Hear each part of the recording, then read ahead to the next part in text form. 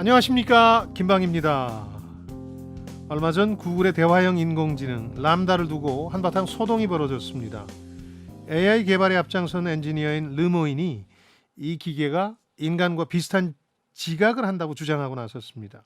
특히 그가 주목한 것은 람다가 자신과의 대화에서 마치 사람들처럼 죽음, 그러니까 AI의 관점에서 작동 중지에 대한 두려움을 표했다는 겁니다. 구글이 본사 차원에서 윤리학자와 기술 전문가들을 동원해서 이 주장의 진위를 확인했습니다. 그들의 결론은 인간 같은 지각이 있다는 주장은 사실이 아니라는 것이었습니다. 람다는 그저 많은 데이터를 활용했을 뿐이라는 것이었죠. 흥미로운 건 기계의 일종인 AI가 사람이 될지 모른다는 불안감은 초창기부터 계속돼 왔다는 겁니다. 1966년에 미국 MIT대 컴퓨터 공학자였던 요제프 바이첸바움은 엘리자라는 이름의 초기 대화형 AI를 만들어냈는데요. 당시 심리치료사의 화법을 흉내내서 누군가가 대화를 문자로 입력하면 자동으로 답을 내놓는 응용 프로그램이었습니다. 당시 미디어와 사람들의 관심과 우려가 지나치자 개발자가 이 프로그램은 언어 유희일 뿐이라고 해명하기까지 했습니다. 자, 오늘 읽을 책은 이런 우려가 단순히 인공지능에 대한 오해일 뿐만 아니라 근본적으로 뇌에 대한 오해에서 비롯됐다고 주장합니다. 그러면서 뇌에 관해서 논란이 많은 새로운 가설을 하나 제시합니다. 자, 지식과 지혜를 얻는 가장 경제적인 방법, 성공예감 별책 부록 지금 시작하겠습니다.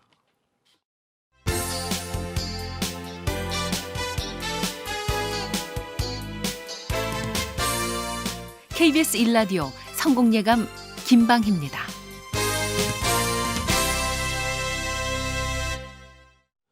별책 부록의 책 읽어주는 남자 김방희입니다. 별님 씨 모시겠습니다. 어서 오십시오. 네, 안녕하세요. 별책부록에서 별을 맡고 있는 광명수입니다. 반갑습니다. 인공 감정이 되고 싶은 인공지능 AI예요. 차가운 제 심장에도 따뜻한 감성이 가득 불어왔으면 좋겠네요. 가끔 싫은 소리 할 때 머릿속으로 작동 중지시켜버릴까 하는 생각이 드는데 그러면 그게 살인죄가 되나요? 미래에는? 큰일 날 수도 있겠는데요. 그러게요. 이 책에도 오늘 책에도 등장합니다만 네, 참 AI가 많은 논란들을 앞으로도 일으킬 것 같아요. 맞습니다. 자, 댓글 보고 가겠습니다. 네, 샵 9730 KBS 공 그리고 유튜브를 통해서 많은 의견 주셨습니다. 치솟는 물가 상승에 유례없는 긴축, 인플레이션과 금리의 역습까지 세계 경제를 직시해야 돈의 흐름을 알 수 있다. 김광석 이코노미스트의 긴축의 시대 함께 읽어봤습니다. 먼저 조현실님, 긴축 재정과 확장 재정의 차이가 뭔가요? 또 금리 인상하면 주식보단 예금이 좋은가요? 라고 질문 주셨습니다. 네, 우선 긴축과 확장 재정의 차이는 정부가 예산이라고 불리는 재정을 쓸 때 조이느냐 늘리느냐인데 최근에는 팬데믹 기간 중에 상당히 많이 늘렸죠. 네. 추경을 지난해는 3차례, 올해만 벌써 2차례 편성하면서 쓰고 있으니까 이런 게 확장 재정이고요. 금리 인상하면 주식보다는 예금이 좋은가요? 네, 원론적으로 그렇습니다. 빚이자가 올라간다는 얘기니까 자산 가격 대부분이 타격을 입습니다. 주식과 부동산 같은 거. 왜냐하면 그 두 가지 자산 같은 경우는 빚을 내서 사는 경우가 많잖아요. 네. 정확히 비중이 얼마나 되는지는 알 수가 없지만 시기마다 다르니까. 그러니까 빚을 내서 사는 수요가 확 줄어드는 거니까 가격에 타격이 있죠. 채권은 좀 다른데요. 채권이라는 건 확정 이익이 액면에 있습니다. 3%. 그런데 시중금리가 막 올라가니까 기존에 내가 그 3%짜리 채권을 들고 있으면 인기가 떨어지는 거잖아요. 그러니까 채권 가격이 오르면 채권 수익률이 금리가 오르면 가격이 떨어진다는 얘기가 바로 여기서 나오는 건데 어쨌든 그런 이유로 금리가 역시 채권에도 부정적입니다. 그러니까 이럴 때는 무위험 자산, 예적금이 좋죠. 이건 뭐 망할 이유가 없는 한 위험이 없는 네. 자산인데 여기 예적금 금리는 조금씩이라도 계속 올라가니까 이게 더 각광받게 되는 네, 거죠. 예금이 더 나을 수 있겠다. 네, 그리고 정인철님께서는 저희 사무실은 전기세를 절약하기 위해 에어컨 사용을 시간 정해놓기로 했는데 여름나기가 무서워요 해주셨고 팡여사님, 오늘의 장바구니 물가가 내일보다는 저렴합니다. 자고 나면 하나둘씩 물가가 계속 오르네요. 김원식님, 금리를 올리니 부동산에는 바로 영향을 받는데 생활 물가는 계속 인상되고 있습니다. 원인이 뭐죠? 라고 질문을 주셨는데 부동산 가격에는 금리가 직접적인 영향을 미치죠. 네. 부동산 살 때는 대부분이 빚을 얻어 사니까. 그렇죠. 근데 생활 물가도 꺾여야 되는 거 아니냐인데 지금 인플레이션 물가 상승의 특성이 조금 이전과는 다릅니다. 그러니까 시금치 가격이 오르는 이유가 막 시금치에 대한 수요가 폭발해서라기보다는 시금치가 공급되는데 차질이 생기는 겁니다. 공급망 대란이라는 거고. 네. 그리고 기름값이 뛰니까 시금치를 이동하는 데 드는 비용도 올라가요. 이런 것 공급 측면에 문제가 생겨서 물가가 올라가는 거니까 금리로 바로 영향을 미치질 못해요. 한 바퀴 둘러가는 거죠. 그런데 금리 낮추면 공급이 좋아지느냐? 꼭 그런 건 아닌데 수요도 줄이니까 그래서 물가를 조금은 안정시키는 간접적인 효과가 있는 거죠. 네. 미국도 그렇게 쓰고 있고 우리도 하고 있는 거예요. 물가가 얼마나 더 오를까요? 저는 글쎄 올해까지는 좀 오르지 않겠냐 싶은데 네. 너무 또 걱정할 필요는 없는 게 최근 들어서는 인플레이션보다도 경기 침체 우리가 더 커지고 있거든요. 경기 나빠지면 물가는 안정되는 거거든요. 네. 그래서 올해 정도, 그러니까 1년 반에서 2년 정도, 지난해부터 시작이 됐으니까 정도의 제한적인 2010년경의 물가 인상과 비슷한 패턴을 보일 거라고 네. 봅니다. 조금은 그리고 더 지켜봐야겠네요. 네, 에어컨 사용 말씀해 주셨는데 저희도 똑같습니다. 이번 폭염이 2018년보다 더 심각할 수 있다는 주장을 저희가 방송에서 한번 내보냈거든요. 그래서 폭염의 경제학이라고 본 방송에서도 폭염을 어떻게 지혜롭게 이겨낼 것인지 경제 활동을 할 것인지에 대한 아이디어들을 지속적으로 드릴 테니까 본 방송도 애청해 주시기 바랍니다. 네, 많은 청취 바라겠습니다. 자, 그렇다면 1550번님의 질문을 좀 드려봐야 될 것 같아요. 올라간 물가가 다시 내릴까요? 물건을 판매하는 사람은 이참에 물건값을 올릴 기회잖아요. 라고 질문 주셨네요. 판매자, 그러니까 기업 측이 마음대로 올릴 수 있는 건 아닙니다. 가격이 오르면 수요가 뚝뚝 떨어지는 것들 많거든요. 네. 근데 가격 결정권 혹은 가격 전가권, 비용 전가권이라고 하는 게 있는 품목이나 기업들이 있을 수 있죠. 예를 들어서 이 와중에 계속 가격 올리는 테슬라, 그리고 영화관에 대한 수요가 폭발하고 있잖아요. 2, 3년간 못 봤으니까. 맞아요. 영화관이 지난해부터 세 차례 벌써 올렸더군요. 가격을. 네. 뭐 항공권 가격. 이런 가격 결정권이나 비용 전가권이 있는 기업이나 상품만 가격을 올릴 수 있는 거거든요. 그래서 수요 둔화가 나타나기 시작하면, 경기 침체 우려가 본격화되기 시작하면 많은 분야에서 정말 가격을 아무리 올려도 소비자들은 살 건 산다, 우리 제품은 산다, 이런 기업이 아니면 가격은 안정되게 마련해요. 세상에서 물가 인상에 대한 가장 좋은 대책은 수요 위축이죠. 네. 수요가 줄어드는 거죠. 자, 송문방님께서는 우리 증시는 경기 좋을 때는 덜 오르고 이렇게 경기가 안 좋은 긴축 시기에는 몇 배나 타격을 받는 이유 뭘까요? 질문 주셨습니다. 경제 구조의 성격도 있습니다. 우리 경제는 늘 말씀드리지만 대외 무역 의존형 개방 경제거든요.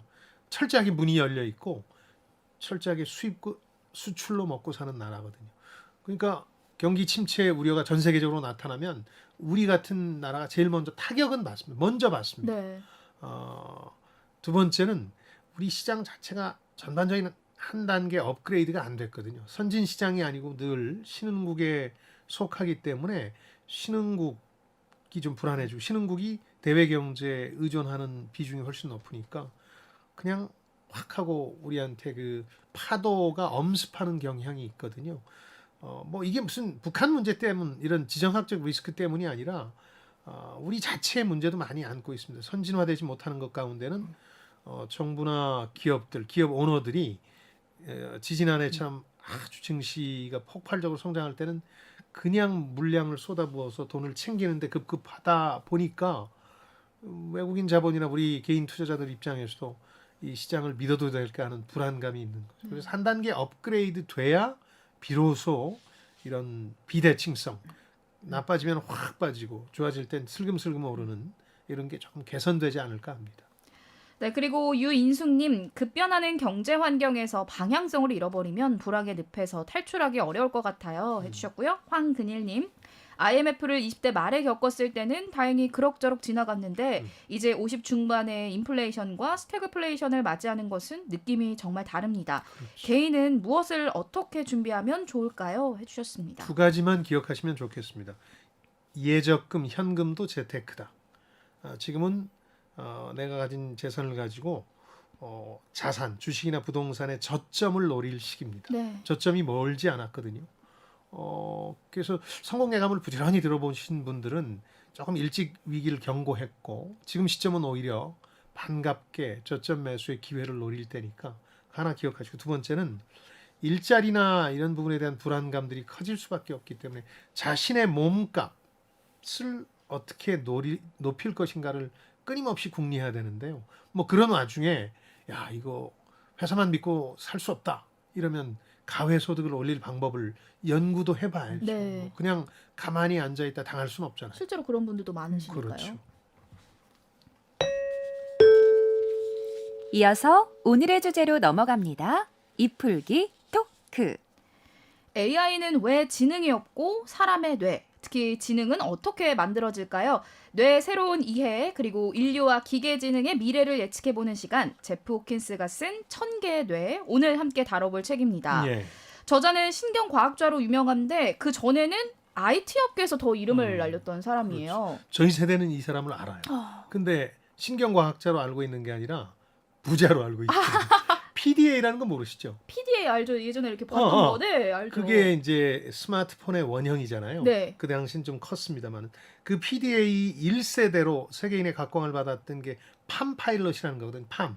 손 안에 들어간다 그래서 손바닥 팜을 썼고 그게 이름을 바꿔가면서 꽤 잘 나갔었어요. 네. 이게 물론 휴대폰이 손 안에 컴퓨터로 변신하면서 완전히 그 존재 의의를 상실해 버리긴 했지만 이걸 경험하신 분들이 많을 텐데 이걸 만든 사람이에요. 이 사람이 저자가. 그래서 컴퓨터 공학자로 핸드헬드라고 그쪽에서는 얘기하는데 손으로 드는 컴퓨터, PC가 있고 핸드헬드로 넘어갔는데 네. 그 컴퓨터 분야의 선두주자였다. 그래서 이 회사를 나중에 팔아요.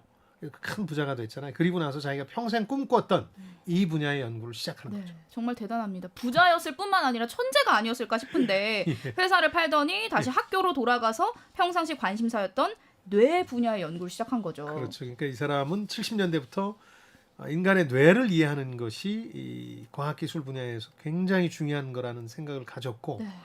수건 사업 같은 거였어요. 그래서 물리학에서 우주를 설명할 때 통일장 이론이라는 게 나오거든요. 만물 이론이라는 게. 그런 것처럼 뇌의 구조나 기능을 완벽하게 설명할 이론을 이 사람은 아주 어려서부터 꿈꾸었는데 돈 많이 벌어서 이제 시간을 벌었으니까 네. 자신이 수건 사업이었던 연구를 계속 하겠노라고 했고 자신만의 신경과학 연구소를 2개나 연이어 설립하면서 지금은 누멘타라는 연구소를 운영하고 있습니다. 자신의 꿈이 그런 거였어요. 그러니까 뉴턴이나 아인슈타인이 대단한 건 그 복잡해 보이는 우주의 어떤 기본적인 작동 원리를 가설로 밝혀냈잖아요. 네. 그 블랙홀 같은 것들이 발견되면서 아인슈타인의 이론이 검증되잖아요. 그러니까 뇌에 관해서 소우주라고 불리는 이 뇌에 관해서 그런 모든 걸 설명할 수 있는 기본 이론은 없을까 하고 이제 이걸 달려들게 된 네. 거죠. 그래서 이 소우주라 칭하는 뇌에 관해서 주요 패러다임이라고 할 만한 것이 나타나지 않았는데 저자는 처음부터 이 뇌 분야를 파고든 거잖아요. 그렇죠. 그런 이론을 만드는 게 이분의 꿈인 거죠. 평생의 꿈인 거죠. 부자라는 데서 감탄하지 않으시고 아니 많은 분들께서 아마 부러워하시지 않을까요? 돈을 많이 벌고 본인이 하고 싶은 일을 했다라는 그렇죠. 게 네, 정말 대단하죠. 그러니까 최근에 뇌 자체는 많이 들여다보기 시작했거든요. 네. 예전에는 기술이 없어서 못 들여다봤잖아요. 산 사람 뇌를 들여다볼 수는 없었잖아요. 뭐 원숭이나 이런 동물을 대상으로 했는데 최근에는 우리가 MRI 하는 네. 자기공명장치, 특히 F가 붙은 기능성 자기공명장치라는 게 있는데 이게 뭐냐면 각 뇌 부위의 다른 색깔로 활성화 여부를 표현할 수 있게 한 거예요. 이런 생각을 할 때 뇌의 어떤 부분이 밝은 색깔이 들어오고 이런 걸 통해서 뇌의 기능들을 이제 조금씩 알아가고 있는 단계인데 네. 소우주를 알아가고 있는 단계인데 저자는 처음부터 이거에 대한 거대한 이론이 있을 거다. 우주가 그렇게 복잡하지만 어느 순간에 이걸 설명하는 아주 우아한 가설이 나오지 않았느냐. 자신들이 그걸 할 수 있다고 생각하고 벌써 15년째 이 신경과학 연구소를 운영하면서 이걸 하고 있는 건데 이 사람이 내놓은 가설이 아직은 정설이나 주류는 아닙니다. 네. 오늘 읽을 주장은 그러니까 제가 요약해드리겠지만 뭐 그렇다고 2단까지는 아닌데 네. 아직 아인슈타인 수준은 아니란 뜻입니다. 근데 이 사람이 이 얘기의 결론이 기계, 인공지능으로 가는데 요거에 대한 이 사람의 주장은 상당한 각광을 받아요. 왜냐하면 이 사람 자체가 그 컴퓨터 공학자 출신이기 때문에 AI를 지금 방식으로 만들어서는 안 된다. 인간 뇌를 본받는 방식으로 가야 된다는 게 이 사람의 주장인데 그건 AI 연구 흐름의 거대한 한 축이 돼가고 있습니다. 네.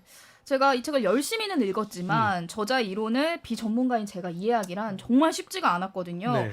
오히려 이 책에 서문을 썼던 리처드 도킨스라는 학자가 국내에는 더 팬이 많지 않을까 그렇죠. 싶어요. 네, 맞습니다. 이 들어보신 적이 있을 겁니다.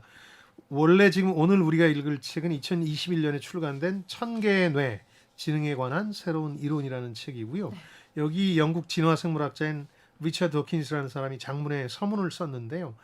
도킨스는 국내에 팬들이 많죠. 이기적인 유전자라는 책이 유명하고 여기서 나오는 밈이라고는 들어보셨죠? 네. 이 용어를 만든 사람이 이 사람이에요. 지금은 좀 다른 짤 비슷하게 밈이 쓰이고 맞아요. 있죠. 이렇게 온라인에 돌아다니는 인기 있는 동영상을 얘기하는데 원래 그런 건 아니었고 문화적 유전자라는 개념으로 쓴 건데 어쨌든 그걸 만든 사람이고 이 사람은 인간은 이기적 유전자의 노예일 뿐이다. DNA 다 박혀 있다. DNA 목표는 생존과 번식인데 네. 이걸 위해서 다 정해져 있기 때문에 개개인이 그 DNA를 담은 개개인이 하는 게 큰 의미가 없다라는 파격적 진화론을 주장해서 유명해진 분이고 네. 그러다 보니까 당연히 뭐 창조론 같은 신의 존재를 부정합니다. 그래서 영국이나 미국에서 진화냐 창조냐 하는 토론이 벌어지면 이 사람이 꼭 나와요. 네. 가장 신랄한 창조론 비판자거든요. 신은 필요 없다. DNA를 통해서 이렇게 진화해 왔기 때문에 앞으로도 그렇고 그러니까 기독교 극단주의자들이 가끔은 이분을 테러하려고 네, 해요. 그게 좀 이제 싫어. 뉴스에도 나오고 네. 뭐 이제 그런 사람인데 국내에도 팬들이 많습니다. 네. 저희가 키워드를 넘어가기 전에 예. 이 책에서 다룰 가장 핵심적인 내용을 우선 좀 설명을 해주시면 좋을 것 같아요. 그러니까 사람의 뇌는 아직 그 정체가 밝혀지진 않았지만 크게 오래된 뇌와 갑작스럽게 발견된 새로운 뇌, 발전한 뇌로 구분이 되는데 속성이 좀 다르다. 그러니까 오래된 뇌는 유전자. 네. 가 중심이어서 사실 인간이 오래된 뇌의 노예가 될 가능성이 크다는 건.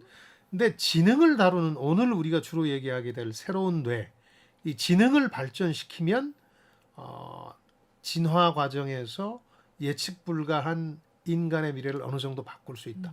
기계도, 네. 그러니까 인공지능도 우리도 지금 함께 하고 있지만 오래된 뇌의 본능을 따르는 게 아니라 새로운 뇌의 작동 원리를 그대로 따라가게 해야 된다. 네. 그러면 인간에 큰 도움이 될 것이다.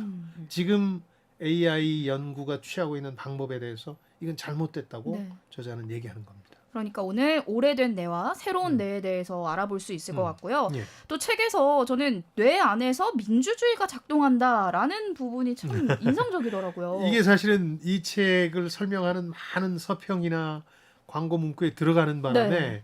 혼란을 일으켰는데 이게 리처드 도킨스라는 사람이 이 책에 대해서 쓴 서문의 제목입니다. 그러니까 리처드 도킨스는 상당히 그런 토론에서 재능을 발휘하는 데서 알 수 있듯이 간결하고 선동적으로 자신의 주장을 압축하는 재능이 있는 분인데 네. 이분이 보기에 이 책은 뇌 속에 민주주의가 있다 이런 얘기처럼 보인 거예요. 그래서 가장 많이 쓰이는 이 책에 관한 형용 문구가 됐는데 자세히 설명을 들어보시면 꼭 그런 건 아니고요. 그러니까 뇌가 협업을 해서 어떤 결론을 내린다. 이렇게 이해하시면 됩니다. 네. 몸풀기 풀기를 마쳤으니 이제부턴 심오학습으로 넘어가겠습니다. 오늘의 책 1000개의 뇌. 이것이 궁금하다. 키워드를 뽑아볼게요. 첫 번째 키워드.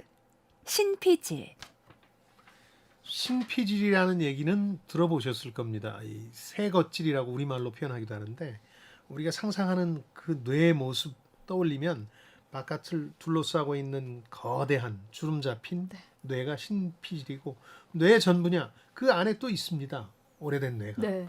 그러니까 신피질에 대해서 연구한 결과를 이 책에 담은 거고요. 본인이 하는 누멘타라는 연구소를 포함해서 15년간 실리콘밸리에서 이것만 연구한 거예요. 이 연구의 기반이 되는 의문은 이런 거죠. 모든 연구라는 건 어떤 의문에서 출발하는데 뇌는 그냥 단순한 신경세포입니다. 이 몸의 다른 부위에 있는 세포와 다를 바 없어요. 네. 그냥 신경세포라는 게 약간의 차이인데 그렇게 단순한 똑같은 구조를 가지고 있는 뇌가 어떻게 다른 부위와 달리 소우주라고 할 만큼 대단히 복잡한 지능을 만들어내고 있습니까? 네. 똑같은 세포인데 발가락이 궁리하지는 않잖아요. 뇌만 하잖아요. 그렇죠. 그것도 그냥 하는 게 아니라 지능을 발전시켜 나가요. 네. 최근 200년간은 인류 역사상 찾아볼 수 없는 급발전을 이루고 있는데 그게 다 뇌, 지능, 네. 신피질 때문이거든요. 그래서 이걸 연구하는 거예요. 그래서 뭐 오감 같은 감각적인 것뿐만 아니라 언어, 수학. 아까 민주주의 얘기했는데 민주주의 같은 사회과학적 추상적 개념도 이 뇌가 발전시키고 있거든요. 그래서 그 뇌를 평면적으로 보면 아무것도 아닌데 이 신피질이라는 것도 이렇게 주름 잡힌 그 부분을 다리미로 핀다고 그러면 상상이 좀 추한가요? 어쨌든 그 큰 냅킨 정도가 될 텐데 네. 그 냅킨이고 두께는 냅킨 한 2배 정도 2.5mm 정도 되는 거거든요. 이게 그렇게 소우주를 담고 있다는 게 희한하다. 네. 여기서 출발한 거죠. 신기하죠. 아니 신피질이라고 말씀해 주신 게 네. 뇌의 가장 바깥쪽 층을 말씀을 해 주신 그렇죠. 거잖아요. 그러니까 네. 지금 말씀해 주신 그 냅킨을 큰 와인병에 이렇게 쑤서 넣어 본다라고 연상을 해 보면 좋을 것 같아요. 예. 근데 여기 주름이 있잖아요. 우리 뇌에. 이 주름이 왜 있는 걸까요? 그러니까 그 냅킨 꽤 큰 냅킨을 와인 그 병구멍으로 집어 넣다 보면 네. 주름이 질리잖아요. 이렇게 구겨지겠죠. 네. 똑같은 개념인데 갑자기 원숭이류 이른바 이제 영장류에서 우리가 분기대 나올 때 네. 300만 년 전쯤에 이 뇌가 엄청나게 발전하기 시작해요. 그러니까 이 진화를 연구하는 사람들은 아직도 그 이유를 밝혀내질 못했는데 저자의 가설은 어떤 가능성을 이제 얘기합니다만 300만 년 전에 인간이 되면서 그 주름진 신피질 부위가 확 늘어났는데 뭐 어떤 이유에서 급팽창했느냐 이것 때문에 사실은 인간이 신체 대비해서 뇌 용량이 가장 큰 동물이거든요. 우리보다 큰 뭐 고릴라나 침팬지가 있을 수는 있지만 네. 뇌 용량을 비율로 따지면 인간이 가장 비중이 높은 거죠. 근데 재미있는 건 이 신피질이라는 거는 지능을 관장한다고 말씀드렸잖아요. 근데 몸의 어디와 직접 연결돼 있진 않아요. 네. 이 쇠겉질이라고 불리는 그 신피질에서 다리 움직여 이렇게 명령을 내리는 게 아니라고요. 그런 점에서 보면 이게 참 희한하고 오래된 뇌라고 할 수 있는 뇌를 감싸는 거죠. 오래된 뇌가 있고 갑자기 뇌가 부풀어 올라서 신피줄이 전체 뇌의 70%가 된 거예요. 네. 300만 년 전에. 그리고 그 오래된 뇌와 연결돼 있고 척수나 신경섬유를 통해서 연결이 돼 있거든요. 그러니까 이게 신비의 소우주라고 할 수 있는 거죠. 네, 정말 신비한 것 같아요. 이 뇌라는 게 앞서서 이 책의 이제 주제라고 할 만한 게 오래된 뇌와 새로운 뇌가 있었다라고 말씀을 해주셨는데 예. 이 둘이 치열하게 싸우고 있다라는 거잖아요. 그렇죠. 이게 또 중요한 주제 중 하나죠. 그 이기적 유전자라고 얘기한 도킨스는 대부분 오래된 뇌의 충동들을 얘기하는 거거든요. 네. 우리가 느끼는 감정적인 부분들, 감각적인 부분은 다 오래된 뇌에서 처리하는 겁니다. 네. 내가 살기 위해서 저놈을 절벽에서 밀어버려야 되겠다. 오래된 뇌가 관장하는 거예요. 근데 신피질이 하는 역할은 지능이라고 막연히 알려져 있지만 정확히 뭔지는 잘 몰라요.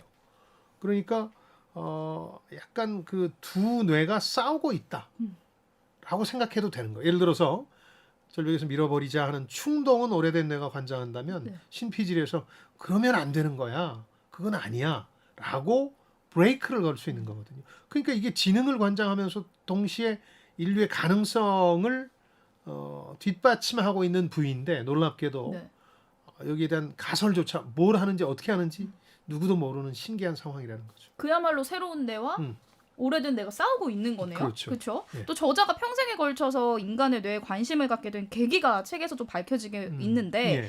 누군가의 말이나 가설에 꽂혔던 거예요. 음. 상대의 주장을 철저하게 믿으면서 계속 연구를 해온 건데 이것도 참 대단하다는 생각이 누구 들어요. 얘기를 듣고 너무 흥미를 느껴서 광명수 씨가 평생을 거기에 종사해야 하셔둔 되겠다. 거잖아요. 그렇게 하기는 어렵잖아요. 그러니까요. 뭐 돈이 많아서 그럴 수 있다고 생각할 수도 있지만 네. 70년대 이 사람이 계기가 됐던 게 맨 처음이 그 DNA가 나선형 구조다 이걸 발견한 노벨 생리학상을 받은 프랜시스 크릭이라는 사람이 있습니다. 이 사람이 62년에 이걸 발견해 상을 받게 되는데 76년에 책을 썼는데 뇌에 관해서는 자기도 모르겠다. 네. 인류가 몸속에 있는 가장 초미세한 구조나 원리까지 파악했으면서도 뇌는 모르겠네. 뇌에 대해서는 누가 가설도 내세우는 게 없어. 이런 얘기를 하는데 저자가 그럼 내가 그 임무를 하리라 이렇게 된 네. 거예요. 네. 그리고 또 책에서 주요한 이제 자신의 멘토로 등장하는 사람이 2015년에 죽었습니다마는 존스 홉킨스대 신경과학자 버넌 마운트캐슬 교수라는 사람이 있는데 이 사람이 쓴 책이 78년에 마인드풀 브레인이라는 가슴이 가득 찬 브레인이라고 그럴까요? 뭐 이런 책을 읽고 뇌 연구에 전념해야 되겠다고 생각하게 돼요. 굉장히 이 사람을 존경하고 교감하면서 죽을 때까지 같이 이제 연구하게 되는 거죠. 네. 그러니까 저자는 프랜시스 크릭이라는 노벨 생리학자 수상자를 통해서 자신의 아이디어를 녹여서 가설을 세우기 시작한 거예요. 예. 이 과정에서 세 단계 유레카를 외치게 됩니다. 예. 문제 해결의 돌파구를 찾은 거예요. 아하 모먼트라고도 하죠. 그건 우리 별책 프로그램에서 많이 했죠. 네. 아하고 깨닫는 그 순간, 유레카하고 외치는 순간. 네. 아인슈타인은 이걸 그래서 천재라고 하는 거겠지만 상상 실험, 그냥 머릿속으로만 생각하는 실험을 통해서 상대성 이론을 만들어내거든요. 네. 그러니까 빛의 속도로 달리는 열차에서 조명을 켜서 앞을 비추는 소녀의 아이디어에서 돌파구를 찾기 시작하거든요. 근데 이 사람도 그런 돌파구들을 세 단계에 걸쳐서 찾았다. 네. 물론 지금부터 얘기하는 모든 것은 아직 검증 단계에 있는 이 사람의 가설입니다. 상대성 이론도 그 영국의 과학자들이 그 검증하기 전까지는 세계적으로 인정받지 못한 네. 가설에 불과했어요. 네. 근데 두 곳의 천문학 탐험대를 보내서 계기일식을 관찰하면서 상대성 이론이 검증이 된 건데 지금 검증 과정에 있기 때문에 아직은 가설에 불과한 건데 이 사람이 뇌 신피질이 일종의 학습 기계다. 컴퓨터 CPU를 생각할 수도 있는데 그거와 또 차이도 있습니다. 이따 설명을 드리겠지만 범용 학습 기계다. 이렇게 보는 거예요. 그 학습 방법을 자기가 제안해. 이렇게 학습하는 거다 뇌는. 그러면 많은 고민하는 것들이 다 해결이 될 거다. 네. 이런 가설을 내세운 거예요. 예를 들어서 뭐 생각, 지각 이런 것들도 신경세포의 활동인데 그리고 그 신경세포 활동은 시냅스라고 불리는 연결에 다 저장이 되는데 이것이 특별하게 작동하는 메커니즘이 있다. 이거에 대한 가설을 이 사람이 내세운 거. 그게 천개의 뇌 가설이라는 거거든요. 그 아직까지는 가설인데 그 네. 결과에 대해서도 굉장히 궁금해지거든요. 저자와 그렇죠. 연구진들이 이 세상에 지금 어떤 것들을 좀 기여를 하고 있는 거예요? 세 가지가 이런 겁니다. 아까 세 가지 아하 모먼트가 제시하는 것들. 첫 번째는 학습 모형이라고 했어요. 컴퓨터처럼 배운다고 했어요. 네. 컴퓨터와 운영 원리는 좀 다른데 신피질이 세 개의 모형 틀이라는 걸, 이 모델이라는 걸 세운다. 책 그러면 이런 모습을 머릿속에 떠올리는 거죠. 이게 네. 모델인데 모델을 세운다는 겁니다.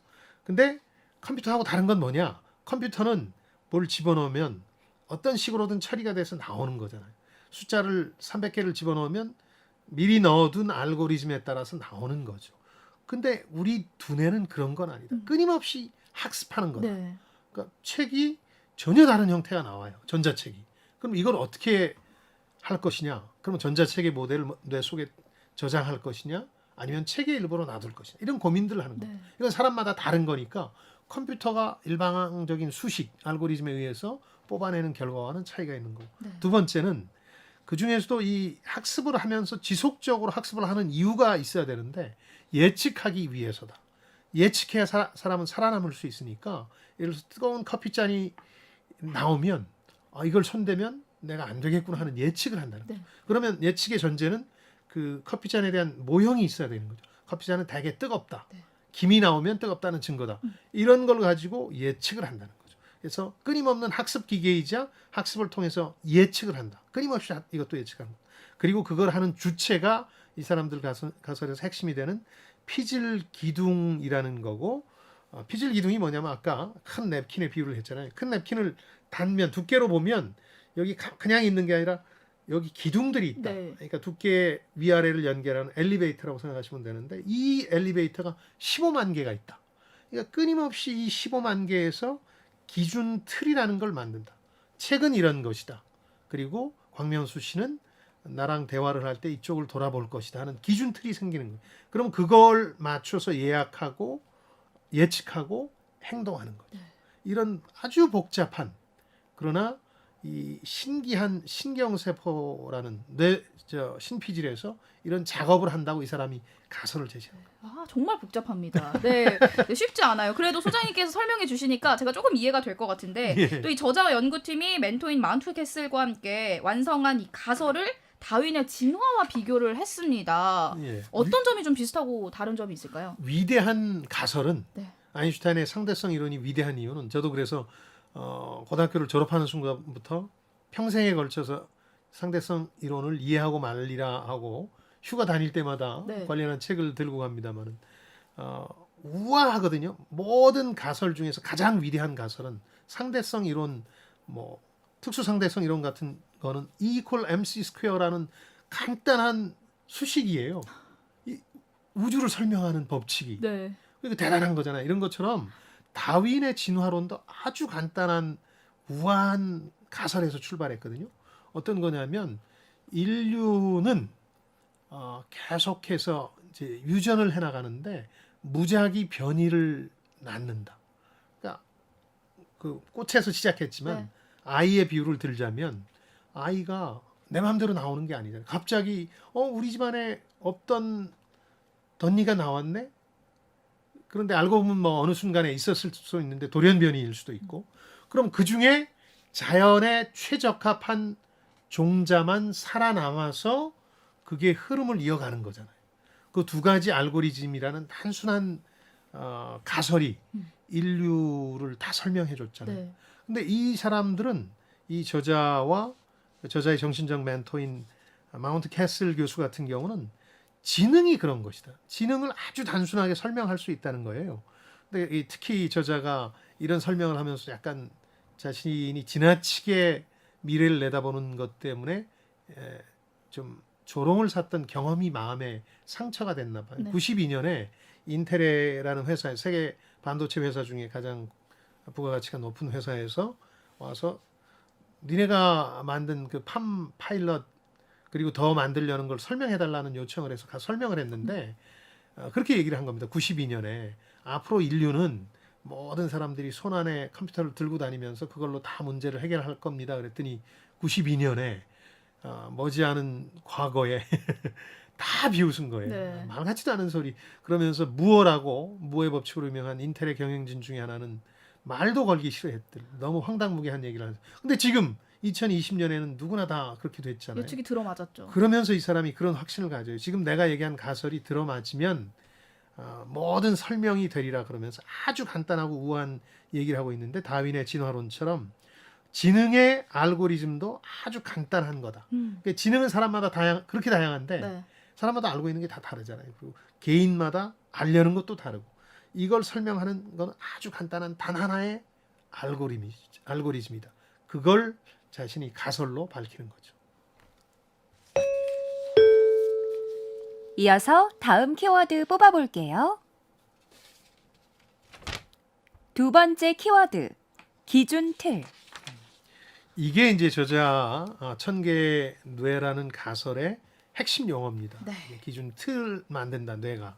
그러니까 수많은 예측을 한다고 말씀드렸는데 예측 모형을 만들어야 되는데 그 예측이라는 게 뭐 그냥 어느 순간 하는 게 아니라 끊임없이 일어나는 예측이라는 거죠. 예를 들어서 아까 어떤 사물을 예측할 때 이 원통을 여기다 넣으면 예측하는 거예요. 여기다 넣으면 다음엔 우리가 이걸 뽑아서 활용할 테고 이런 걸 예측하는데 네. 어느 날 갑자기 예측과 달리 그냥 이유도 없이 이게 떨어져 버려요. 그러면 예측 모형을 바꾸는 거죠. 네. 저 탁자 너무 끝에 넣으면 떨어질 수 있겠구나.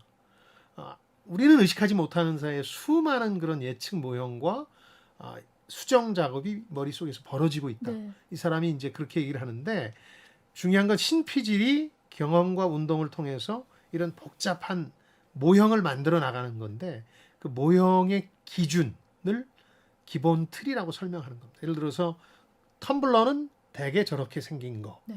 이런 기준 틀을 머릿속에 넣어놓는 거죠. 그리고 저 정도 타짜 위에 넣으면 떨어지지는 않아 하는 것도 기준 틀 안에 있는 네. 거죠.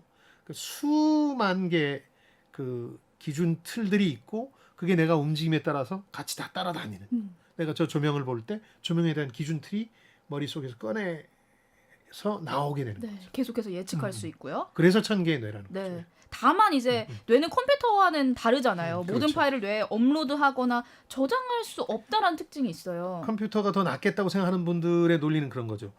아무것도 없던 컴퓨터 용량에 그 저장 장치를 담아서 그냥 꽂으면 들어가는 거잖아요. 네. 뇌는 그럴 수가 없잖아요. 그러니까 뇌는 계속해서 학습을 해야 되는 거예요. 네. 예측 다음에 학습이 뇌의 본질 중에 하나라는 거죠. 근데 그것도 그냥 학습하는 뭐 앉아서 책을 읽는 것도 있지만 그 책도 운동이잖아요. 그러니까 감각과 운동을 통해서 학습을 하는 거죠. 냄새를 맡아보는 거, 책을 읽는 거, 대화를 나누는 거. 이게 사람이 지능을 발전시켜 놓은 그런 중요한 거고 그게 일어나는 게 바로 피질 기둥이라는 데서 일어난다는 거예요. 네. 피질 엘리베이터 같은 게 있다고 그랬잖아요. 네. 거기서 일어난다는 거죠. 굉장히 어렵습니다. 예, 배우면 배울수록 물론 이제 소장님께서 설명을 잘해주셔서 들어오고 있긴 하지만 쉽지는 않아요. 이게 저자가 예로 든 게 세계 지도였는데 이거로 비교를 해보면 어떨까 싶은데요. 예. 신피질과 기준틀을 지도 속에 자잘하게 그려져 있는 이 격자로 대입을 해보면 좀 쉽다라고 하거든요. 신피질은 저자가 보기엔 지도다. 네. 사람이 끊임없이 학습하고 발전시켜 나가는 지능에 가까운 건 지도고. 자, 그러면 기준 틀이라는 건 뭐냐? 지도에 보면 격자가 다 있잖아요. 네. 등고선도 있고. 그쵸. 그거에 해당된다는 겁니다. 그러니까 예를 들어서 마이크 하면 마이크의 기준 틀은 내가 적어도 수요일 이 시간에 우리 녹화 날짜가 나오고요. 그 마주하게 되는 이 마이크에 대한 기준 틀이 있어서 네. 어떻게 생겼고 어떻게 활용한다는 그게 그 시간에 이제 나오는 건데 그렇죠. 지도로 보면 여행자가 어디를 가려고 할 때 지도를 꺼냅니다. 신피지를 활용하죠. 그런데 내가 찾고자 하는 목표는 격자 모양을 통해서 파악하는 거죠. 뭐 경위, 위도, 경도, 위도 어디쯤 여기가 있다 하는 예측을 하듯이 네. 뇌가 그렇게 한다는 겁니다. 그래서 이 그 마이크에 대해서 기대하게 되고 예측하게 되고 결과를 다시 집어넣게 되는 거죠. 네. 계속해서 우리가 예측을 할 수 있다라는 거는 그러면서 학습하는 거죠. 네, 인간이 고도의 진화를 통해서 그게 가능하다라고 보면 될까요? 그래서 그 신경과학자들, 뇌과학자들이 최근에 지금 이 저자들이 얘기하는 것 중에 일부를 검증해내고는 있어요. 아주 인류가 오래전 이렇게 진화가 덜 된 단계에서부터도 어디를 찾아갔잖아요. 네. 먹이를 쫓아서. 그러니까 거기서 특화됐을 거고 그건 아마 틀림없이 뇌에 남아있을 텐데 오래된 뇌에도 그래서 장소세포라는 것과 격자세포라는 게 있습니다. 그러니까 찾아가기 편한 인자들을 포착하는 뇌 구조가 있었던 거죠. 근데 만약 저자의 가설이 맞으려면 모든 기준 틀을 가지고 그 기준 틀을 통해서 예측하고 학습하는 게 맞다면 신피질에도 이런 장소나 격자세포가 있어야 되는데 네. 실제로 있다는 게 확인이 됐어요. 그러니까 이 사람들의 가설이 완전히 지금 이제 묻히는 건 아니고 논란을 불러일으키면서 수정되면서 조금씩 기존의 신경과학에 접목되고 있다고 네. 보면 되는 거예요. 아직까지는 가설이지만 진짜 저자가 이렇게 자신 있게 말하는 것처럼 미래를 예측할 수 있을지는 지켜봐야 될 것 같고요. 예. 고차원 사고 역시 이 비슷한 틀을 활용한다라고 보면 될까요? 제가 든 예의 대부분은 마이크를 어떻게 볼 것이냐, 네. 텀블러를 떨어뜨릴 것이냐 이런 정도에 그렇죠. 불과한데 지금 인류는 그런 걸 떠나서 아주 고차원적인 로켓 기술을 어떻게 개발할 거냐, 네. 혹은 민주주의를 어떻게 받아들일 것이냐 이런 것까지 가고 있잖아요. 근데 저자는 인간은 범용 학습 기계여서 기본 원리를 똑같이 하는데 아까 얘기한 여러 가지 세포, 피질 기둥 이런 것들을 통해서 똑같은 방식으로 우리가 텀블러 활용하는 법을 익히듯이 민주주의에 대한 고민도 하고 로켓도 개발하고 있다. 대신 점점 속도를 빨리 한다거나 혹은 거기에 필요한 새로운 지식들을 빨리 입수해 가면서 더 달라지는 면은 있지만 기본적인 메커니즘, 알고리즘은 똑같다는 거예요. 네. 이어서 다음 키워드 뽑아볼게요. 세 번째 키워드, 천개의 뇌. 이제 이 용어가 등장했는데 네. 우아한 새로운 가설이 등장할 때는 이전 가설들이 있잖아요. 아인슈타인의 상대성 이론이 나오기 전엔 세계를 설명하는 가설, 그 당시는 이론이었습니다만 뉴턴의 이론이었죠. 그런 것처럼 뇌, 신피질에 대해서는 아주 거대한 가설은 없지만 그래도 일반적으로 학계에서 받아들여지는 건 이 새로운 뇌, 신피질이라는 곳이 일종의 그 위계 구조, 위아래가 다 있고 뭐가 새로운 자극이 들어왔을 때 그건 이게 맞는 거야 하고 위에서 명령을 내리는 구조라고 봤어요. 네. 예를 들어서 신피질이라는 게 새로운 뇌니까 그 발에서 뭘 하나 걷어찼어요. 공인지 돌인지 모를 거를. 그러면 이게 쭉 감각을 통해서 오래된 뇌로 오고 다시 신피질로 오거든요. 그러면 가장 최근에 뇌로 와서 뇌에서 이렇게 명령을 내린다고 보는 거예요. 아, 그건 돌이 맞아. 그러니까 세게 차지는 마. 하는 명령을 내리는 위계 질서라고 봤던 거예요. 네. 위계 구조의 특별 탐지기다. 근데 이렇게 가정했을 때 어떤 문제가 생기냐면 이게 사진기처럼 정적인 과정이 되는 거예요. 밑에서 쭉 올라와서 다시 내려가는. 그중에 가장 예외적인 게 예를 들어서 우리가 눈을 가만히 있는 것 같지만 1초에 3번씩 신속 눈 운동이라는 걸 하고 있거든요. 잠깐 흔들리는 걸 하고 있어요. 네. 근데 만약 이런 정적인 과정이라 그러면 그 흔들림 속에서도 지금 문제에만 집중할 텐데 실제로 눈 움직이는 동안 장면이 달라지고 있는 거거든요. 네. 그 장면 달라지는 걸 다 소화하고 있다는 걸 인간들이 이제 알게 된 건데 이걸 어떻게 볼 거냐. 그래서 새로운 가설이 저자는 필요하다. 그 정적이 아니라 상당히 활동적인 감각과 운동의 과정으로 이해를 해야 된다. 그러니까 각 부위에서 올라온 입력들이 있는데 그걸 종합해서 도리아라는 판단을 내리는 게 신기하거든요. 보는 것, 네. 본 것도 있고 어두컴컴하니까 잘 보이진 않지만 그리고 내가 탁 찼을 때 든 소리 이런 걸 다 종합해서 단일 지각 이걸 돌로 봐야 해 하는 지각을 만들어내고 있는데 이거는 예전 같은 방식 그러니까 밑에서 올라오는 방식으로는 불가능한 게 아니냐. 그러면서 저자가 새로운 견해를 이제 선보이기 시작하는 거죠. 네, 그 새로운 견해가 마치 여러 장소를 차례로 방문해서 새로운 도시 전체를 배우는 과정과 흡사하다라고 그렇죠. 이야기를 하거든요. 아까 그런 비유를 제가 들어드렸는데 네. 여러 장소에 돌아다닙니다. 그 인간들이 실제로 지도 위가 아니라 실제로 네. 돌아다니면서 그 지역을 익히기 시작하죠. 예를 들어서 원주에 자주 가시는 광명수 씨는 많이 다니다 보니까 이제 고향처럼 느껴지기 시작하는데 그게 단계를 밟은 학습 과정이라는 걸 인정하시잖아요. 네. 처음에는 어디가 어딘지도 몰랐죠. 그렇죠. 그래서 이걸 피질 기둥이라고 불리는 신피질의 엘리베이터 같은 그 존재에 계속 분산해서 특정 항목들을 담아두는 겁니다. 네. 그 시냅스라는 연결 장치를 저장 장치로 활용해서 쭉 담아놓으니까 이게 분산돼 있어요. 그래서 뇌 기능이 그 어느 정도 마비가 오거나 잘못이 와도 기능에 문제가 없을 때가 많은 이유가 네. 있어요.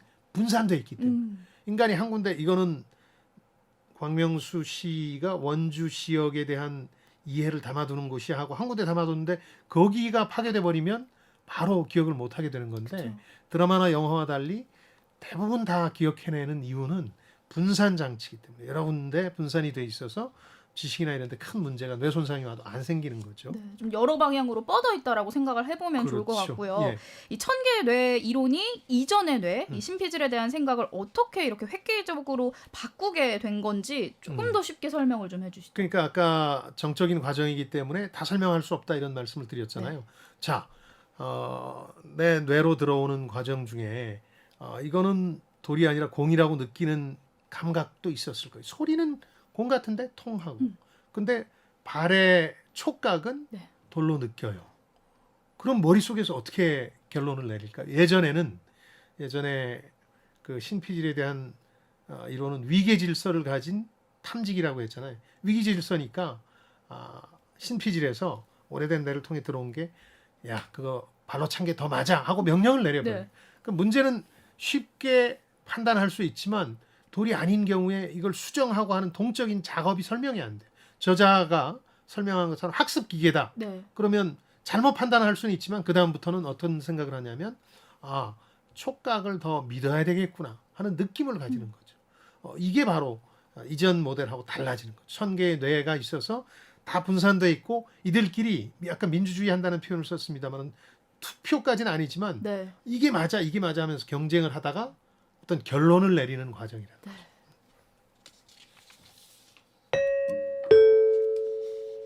지금 여러분께서는 주말에만 만나는 성공예감 별책 부록을 듣고 계십니다. 오늘 들려드리는 책은 천개의 뇌입니다. 이어서 다음 키워드로 넘어갑니다. 네 번째 키워드, AGI, 인공일반지능. AI는 많이 들어보셨는데 AGI는 처음 들어보셨죠? 인공일반지능 이 책에서는 이렇게 번역했는데 제가 보기엔 범용 인공지능이라고 번역하는 게 더 나을 것 같은데요. 그러니까 AI 기술이라는 게 우리가 별책 부록에서 몇 차례 이 분야를 공부했습니다마는 몇 차례 접근 방식의 변화가 있었는데 네. 크게 보자면 두 가지입니다. 하나는 인간의 뇌를 따라하는 거. 아니다.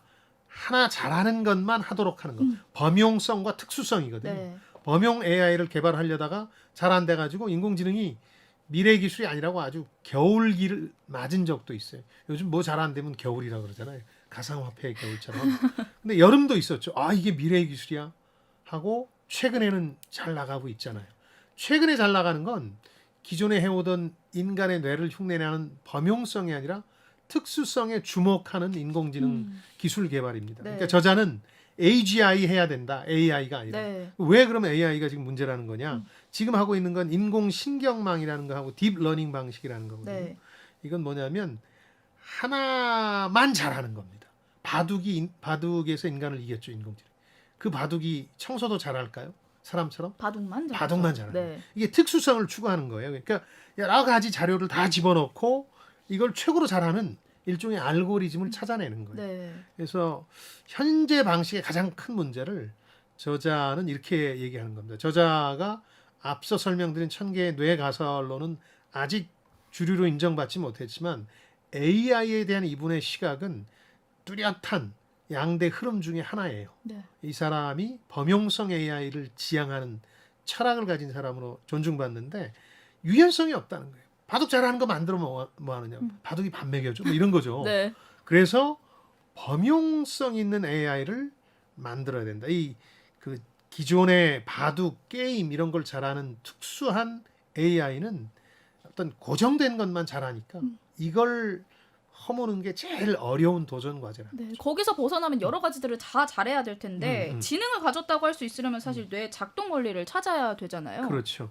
그러니까 끊임없이 학습할 수 있어야 되는데 그 바둑을 잘하는 알파고가 정말 바둑이라는 우리가 하는 그 게임을 이해하고 있느냐는 완전히 다르다는 거예요. 지능이라고 얘기를 하지 않습니다. 지능에 대해서 낙관적인 이유이기도 한데 예를 들어서 바둑은 이런 규칙으로 하는 거야 하는 아주 정적인 알고리즘만 넣어놔요.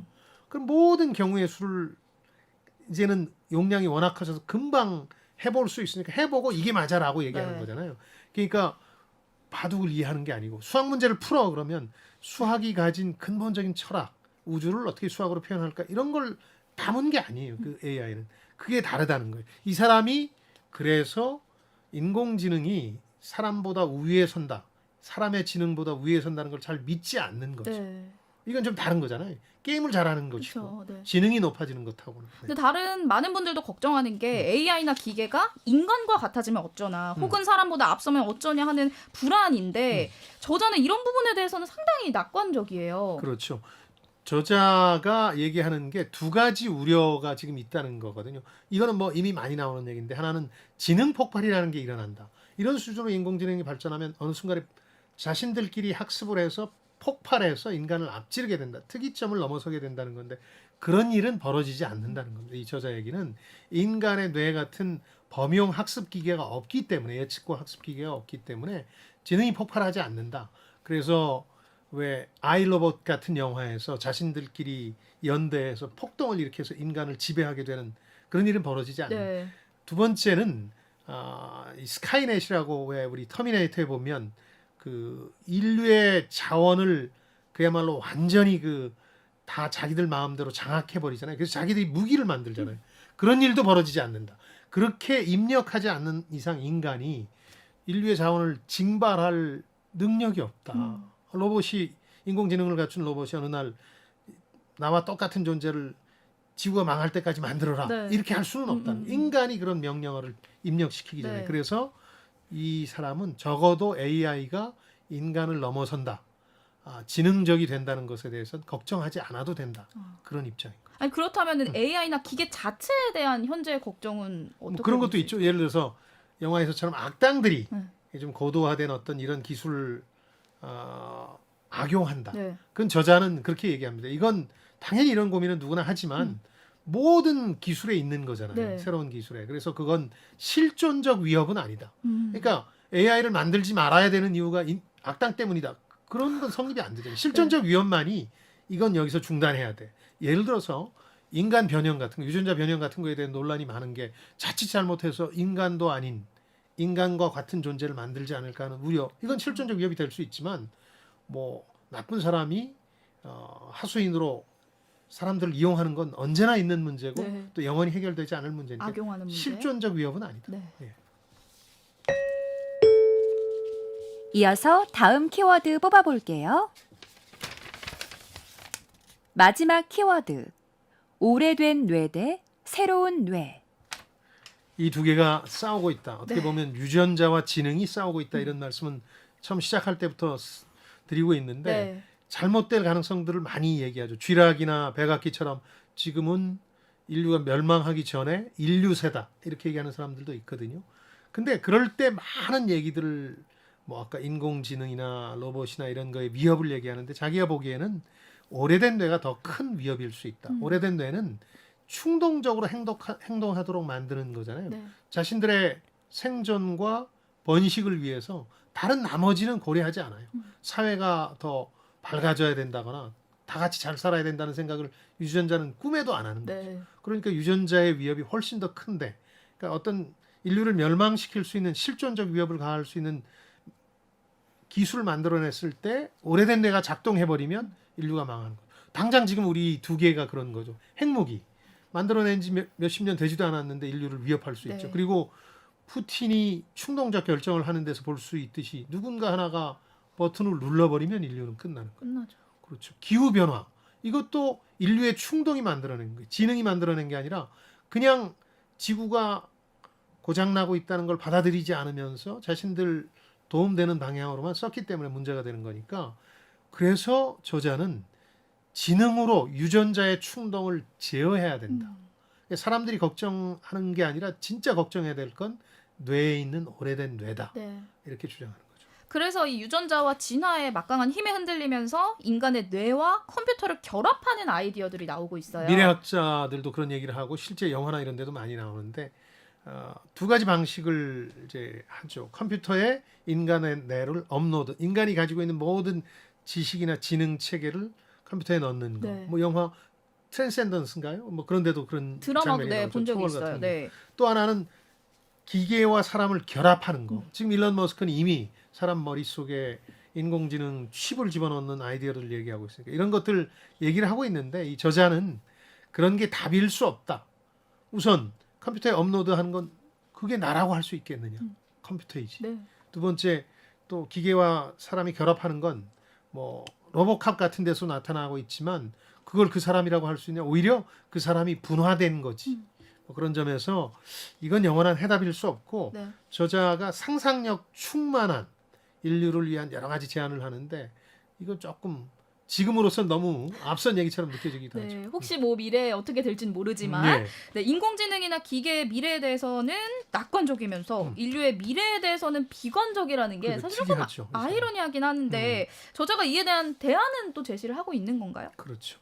그래서 멸망 방지책이라는 것도 세 가지를 내놓고 상속책이라는 것도 내놓습니다. 상속은 뭐냐면 우리의 지능을 잃어버리지 말고 알리는데 우리한테만 알릴 게 아니라 후에 존재하지 모를 지능 혹은 외계에 존재할지 모를 지능에도 알리자. 그래서 이동식 도서관 개념도 상속 아이디어로 제시합니다. 네. 태양 근처의 궤도에서 계속해서 기계가 보수할 수 있는 인간이 가진 거의 모든 지능을 다 집어넣는 이동식 도서관 개념도 상속으로 제시하는데요. 네. 이 사람이 멸망 방지책으로 얘기한 게 훨씬 더 재밌거든요. 네. 첫 번째는 이미 뭐 실리콘밸리에서 얘기를 많이 하고 있는 화성으로의 이주. 화성뿐만 아니라 여러 행성으로 이주하는 거. 네. 또 하나가 유전자 대신 지식의 우위를 영원히 확보하도록 하는 건데 이건 논란이 많죠. 우선 유전자 갑이라는 게 발견됐기 때문에 유전자 변형을 할 수 있는데 네. 유전자 변형을 통해서 충동 부분, 오래된 뇌 부분을 손보는 거. 그러면 지능이 우위를 차지할 수 있고 또 DNA 편집 기술 같은 걸 활용해가지고 그렇게 할 수 있다는 얘기고 지능 기계를 만들어 지능이 있는 그러니까 지금 같은 AI가 아니라 인간의 뇌를 모방한 그러나 지능은 얼마 안 되겠죠. 5살 미만이라도 그런 걸 만든 지능 기계를 활용해서 지식을 복제하고 습득하도록 해서 인간의 약점들을 보완하도록 해야 된다. 인간과 독립적인 존재들을 만들어내야 된다. 네. 하나하나가 다 논란거리입니다만은 상상력으로서는 상당히 의미가 있죠. AI가 선정한 심쿵 한방. 오늘의 책 1000개의 뇌를 관통하는 핵심 구절. 한 방에 정리해드립니다. 지구에서 살아가는 생명의 미래와 지능의 미래는 예정된 것이 아니다. 우리의 미래가 어떻게 전개될지에 관심을 가진 유일한 존재는 우리뿐인 것으로 보인다. 유일하게 바람직한 미래는 바로 우리가 바라는 것이다. 이 분야에 관심이 무척 큰 분들은 아니면 뭐 네. 굳이 손 안 대셔도 되는데 일단 손 대면은 떠오르는 영화의 장면이 많습니다. 아, 즐거웠어요. 네. 창의적인 아이디어들도 살아나는데 한마디로 육체적으로는 고통스러운데 독서가 정신적으로 새로운 세계를 경험합니다. 저는 개인적으로 책도 읽어보고 소장님의 설명도 들어보니까 차라리 별책부록을 들으시는 게 더 나으실 것 같다라는 생각이 듭니다. 공감합니다. 다음 주 책이 도착했습니다. 네, 경제대국인 일본의 추락, 한국, 중국, 대만에도 밀려 선진국에서 탈락할지도 모릅니다. 엔저 효과에 의존한 탓에 가난해진 일본을 파헤쳐보는 시간, 노구치 유키오가 쓴 일본이 선진국에서 탈락하는 날 읽어보도록 하겠습니다. 워낙 화제가 된 책이죠. 그리고 최근에 일본 자아비판의 선봉장에 서 있는 노 학자인데 관료 출신의 이분 책 다음 주에 함께 읽겠습니다. 한층 더 강한 지적 게임으로 돌아올 성공예감 별책부록 다음 주에도 기대해 주시고요. 유튜브 별책부록과 김방희 TV 그리고 팟빵을 통해서도 다시 들으실 수 있습니다. 댓글이나 의견 많이 남겨주세요. 네, 책을 통해 세대가 소통과 공감을 나누는 시간 성공예감 별책부록 저희는 다음 주말에 다시 찾아뵙겠습니다. 별의별 이야기를 책을 통해 나누는 별책부록 다음 주에 만나요.